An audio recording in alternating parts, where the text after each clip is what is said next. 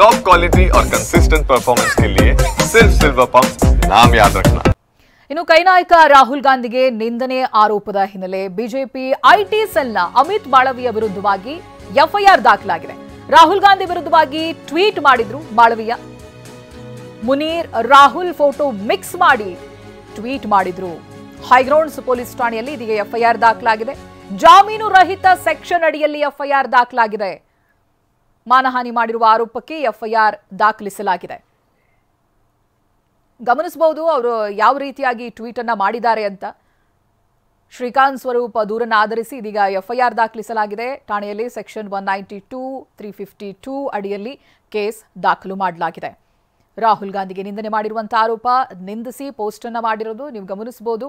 ಮುನೀರ್ ಹಾಗೆ ರಾಹುಲ್ ಗಾಂಧಿಯನ್ನ ಹೋಲಿಕೆ ಮಾಡಿರುವಂತಹ ಪೋಸ್ಟ್ ಇದು. ಯಾವ ರೀತಿ ಅಂದ್ರೆ ಅರ್ಧ ಭಾಗ ಮುನೀರ್ದಿದ್ರೆ ಇನ್ನರ್ಧ ಭಾಗ ರಾಹುಲ್ ಗಾಂಧಿಯ ಫೋಟೋ ಇದೆ. ಅದನ್ನ ಕಂಬೈನ್ ಮಾಡಿರುವಂತಹ ಅವಹೇಳನಕಾರಿ ಪೋಸ್ಟ್ ಮೇಲೆ ಇದೀಗ ಎಫ್ಐಆರ್ ದಾಖಲಾಗಿದೆ. ಫೋಟೋವನ್ನ ಮಿಕ್ಸ್ ಮಾಡಿ ಟ್ವೀಟ್ ಮಾಡಿರೋದು. ಹೈಗ್ರೌಂಡ್ಸ್ ಪೊಲೀಸ್ ಠಾಣೆಯಲ್ಲಿ ಎಫ್ಐಆರ್ ದಾಖಲಾಗಿದೆ.